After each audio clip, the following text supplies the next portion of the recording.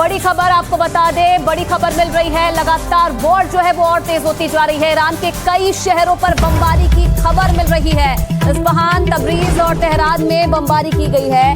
केंद्रीय और पश्चिमी ईरान पर इजराइल ने हमला किया है। तो लेबनान के समर्थन में जंग के मैदान में उतर चुका है ईरान। इजराइल पर लगातार हमले कर रहा है, तो वहीं इजराइल भी रुकने का नाम नहीं ले रहा है।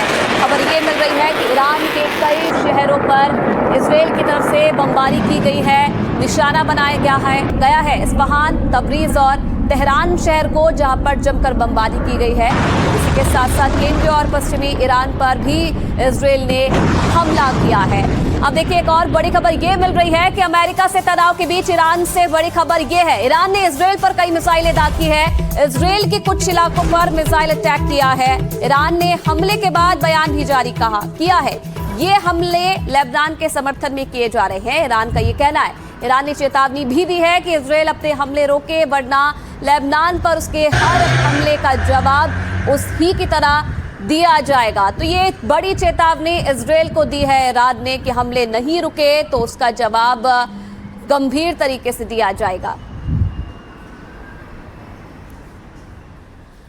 अब जंग से जुड़ी एक और बड़ी खबर यह है कि इजराइल पर ईरान ने मिसाइल अटैक किया है। ईरान के विदेश मंत्री, कई देशों के विदेश मंत्रियों से फोन पर उन्होंने बात की है। ब्रिटेन, फ्रांस, तुर्की और कतर के विदेश मंत्रियों से फोन पर बात की है। पाकिस्तान के सेना प्रमुख मुनीर से भी फोन पर बात की है।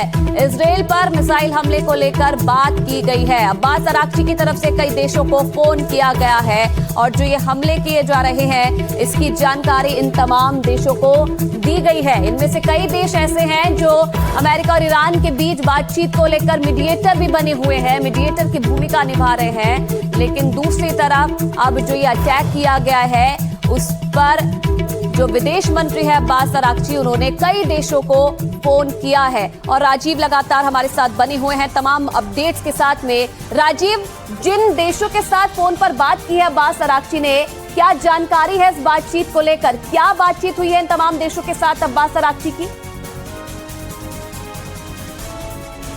देखिए, अब्बास अराक्ची जो अपने किए गए जो मिसाइल जो हमला किया गया है, इजराइल पर हमला किया गया, उसको लेके जो बाकी जो देश है उनको जानकारी दे रहे हैं, खासतौर से जो मित्र देश है उनको जानकारी दे रहे हैं और ये बता रहे हैं कि आखिर उन्होंने इजराइल पर जो है ईरान ने हमला क्यों किया।